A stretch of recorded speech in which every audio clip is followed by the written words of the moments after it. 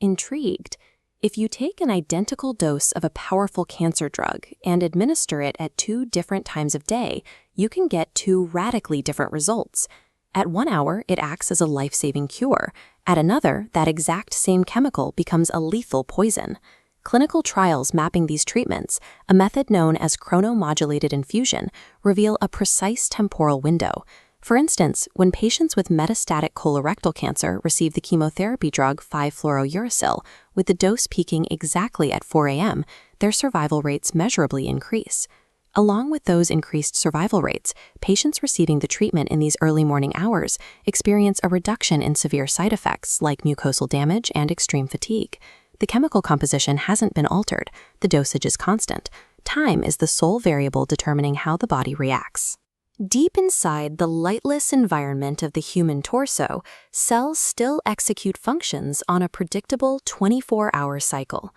This requires a specific signaling mechanism to relay the external light-dark cycle to internal organs that never see the sun. To find the answer, we have to look away from the localized site of the cancer and move up into the brain, where an ancient, centralized biological clock governs the entire system. In oncology, time is a physical, biological barrier that dictates life or death. The suprachiasmatic nucleus, or SCN, is a microscopic cluster of neurons above the optic chiasm. Acting as the body's master conductor, it pulls timing data from the eyes. Specialized photosensitive ganglion cells detect light levels, sending data straight down the retino-hypothalamic tract. Once the SCN receives this light and dark telemetry, it translates the data into systemic neural and hormonal instructions.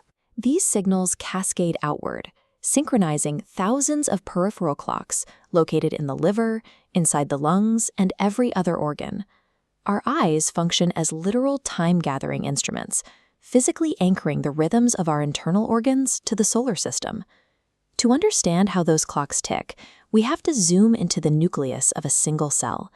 In 2017, the Nobel Prize in Medicine was awarded to Jeffrey C. Hall, Michael Rosbash, and Michael W. Young for decoding this biological machinery. This graph plots a cell's 24-hour transcriptional-translational feedback loop. At night, the cell accumulates proteins. Hitting a threshold triggers negative feedback. The proteins block their own production. During daylight, they degrade. Transcription resumes, and the cycle restarts. Time is a tangible physical substance being continuously manufactured and destroyed inside our DNA. These delicate cellular loops require constant calibration from the outside world. They rely on Zeitgebers, a German term meaning time givers, which are external environmental cues like sunlight, social interaction, and temperature variations. Early chronobiology researchers tested what happens without these cues. They placed human subjects in isolated, windowless underground bunkers, completely stripped of all Zeitgebers. Without planetary synchronization, the internal biological clock begins to free-run, defaulting to a rhythm of about 24.9 hours. When modern lifestyles ignore these natural cues through irregular sleep schedules or late-night artificial light, it induces physiological chaos. The peripheral organ clocks detach from the master SCN rhythm, falling out of sync. This systemic desynchronization is a primary hallmark of cancer. Malignant cells actively hijack this broken machinery, resetting their own circadian rhythms to fuel uncontrolled tumor growth and evade the body's natural defenses. If you are learning how your cellular clock functions and want to understand more about the mechanics of your own body, take a second to like this video and subscribe. A tumor is a rogue cluster of cells operating in its own isolated time zone. Back in the oncology ward, doctors are now using this cellular temporal anomaly to their advantage through a practice called chronotherapy. To execute this, physicians first map a patient's personal circadian rhythm using physical biomarkers. They track metrics like natural core body temperature fluctuations, which indicate the current phase of the patient's internal clock. They also track molecular biomarkers.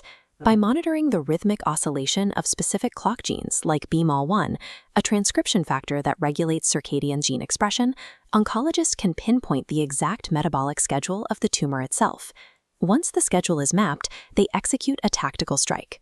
The chemotherapy is administered during the precise window when the tumor cells are actively dividing, making them highly vulnerable to chemical disruption. At that exact same hour, the surrounding healthy cells are in a resting phase of their 24-hour cycle. Because they are metabolically dormant, they are naturally shielded from the chemical's highest toxicity. Doctors can now calculate the exact temporal window for a therapeutic strike, timing the drug's peak concentration to match the tumor's highest metabolic activity. Human biology is an unbroken echo of the Earth's 24-hour rotation.